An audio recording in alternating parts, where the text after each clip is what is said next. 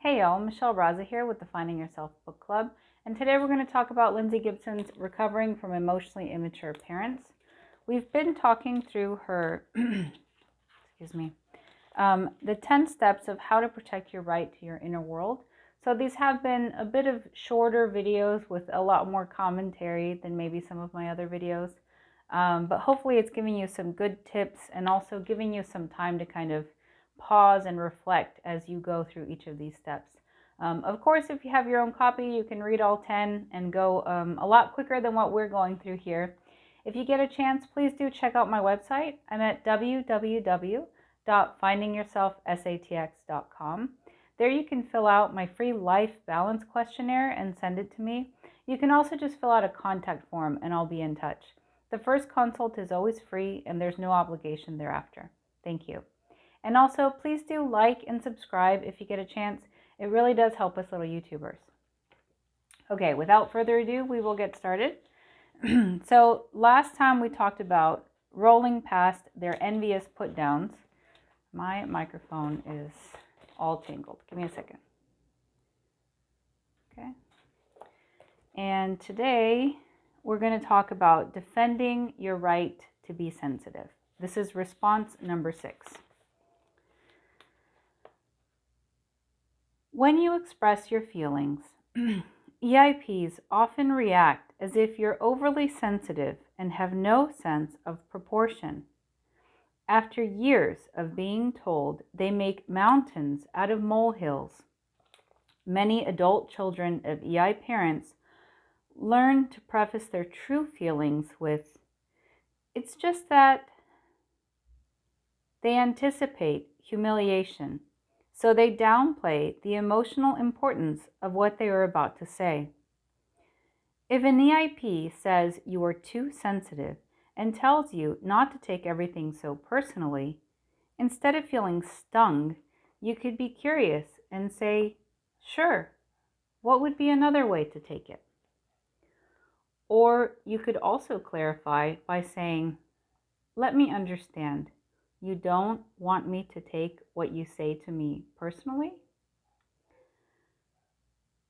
Another way to respond to "you're too sensitive" is to say with calm honesty, "Actually, I'm just sensitive enough." A deeper answer might be, "If I can't share my feelings with you, then I guess I've misunderstood the nature of our relationship." More simply, you could say, "Actually, I think mine was a fair reaction." Now, all of this stuff, again, it's so easy to talk about it here in this setting, in a calm setting. You're watching YouTube. I don't know if you're watching on your phone or your computer, but you don't have somebody hostile in front of you. And so it's very easy to take these answers and think about how you would play them out in real life. But when I think about them personally, I don't know how I would say any of this without coming across snippy. I think I would. So I don't know when an EIP dismisses your feelings or tells you that you're too sensitive. I think the lesson that Dr. Gibson is trying to tell us is, no, you're not. And your feelings are valid. At the end of the day, everyone's feelings are valid, even if they have no basis in reality. If somebody feels hurt, their feeling of being hurt or sad or happy is valid. The feelings are valid. And so the lesson that I want you to take from this is to understand that when somebody tells you you're too sensitive, it's not that you're too sensitive, it's that their sensitivity level doesn't match yours. And so you're not too sensitive. It's just that you're more sensitive than they are. And if they did the same studies that you did, and they started looking into their feelings, then maybe they would feel more. But maybe right now they're numb.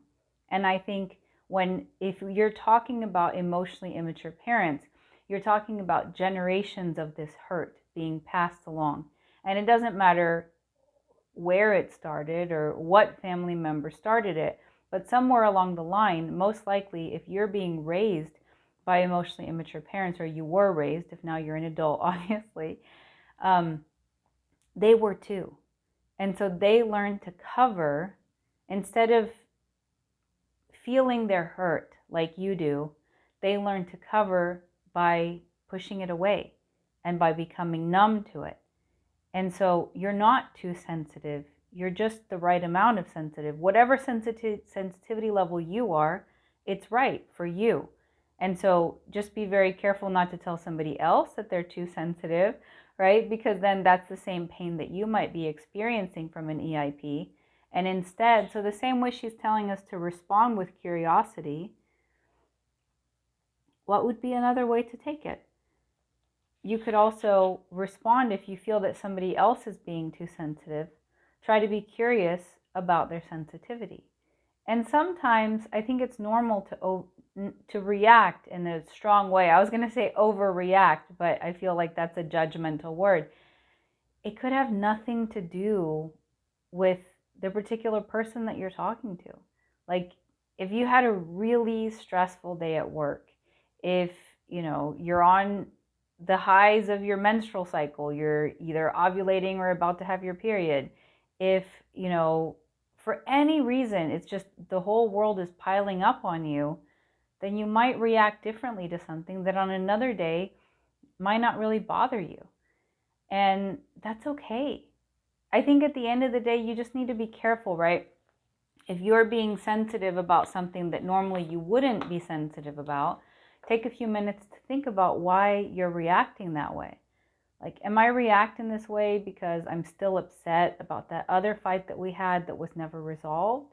And maybe we need to go back and talk about that. Or if this is a true EIP where you can't really resolve issues, then maybe it doesn't matter how you react. They would always find something to criticize. And so I often refer back to the Gottman stuff because I feel like the relationship tips that he gives us are so important and they go beyond the romantic relationship. If you think about it, you have relationships with everyone in your life, your coworkers, your friends, even your children, everyone that you interact with, you have relationships with.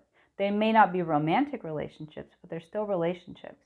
And so the tips that he gives us is of how to interact in emotionally aware, emotionally intelligent, emotionally mature ways, those really help when you want to be on the opposite side of these people that you're trying to work to protect yourself from.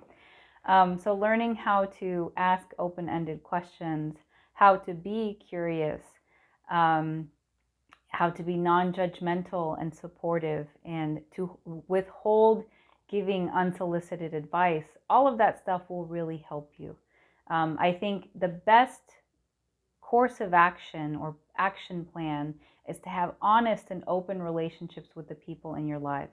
Now, when we're dealing with an EIP, it means that we've tried that and failed repeatedly, or we wouldn't be interested in learning all of these tips and tricks that Gibson is giving us.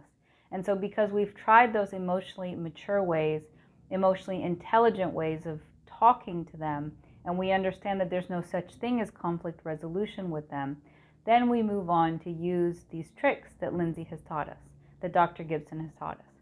So just to recap what we've talked about. Okay, so number one, you can ignore them. You don't have to respond to everything. Number two, suggest other ways to connect. So when they're mocking or teasing, suggest another way. You can use questions to block their disrespect. Deflect instead of reacting. Roll past their envious put downs. So again, this is choosing not to react to that particular thing. And then defending your right to be sensitive.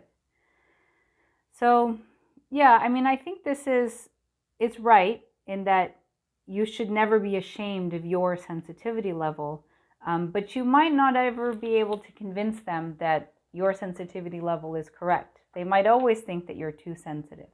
And so at some point you have to detach a little and just say, they're going to think what they're going to think regardless, but I know in my own mind that I'm not too sensitive, and that maybe if they were more in tune with their emotions, they would be a little more sensitive. So keep at it. I know it's hard work. Next time we'll talk about claiming your right to think things through. I appreciate you hanging out with me. Please do like and subscribe, and give me a call or contact me if you'd like to talk. All right, take care. Bye-bye.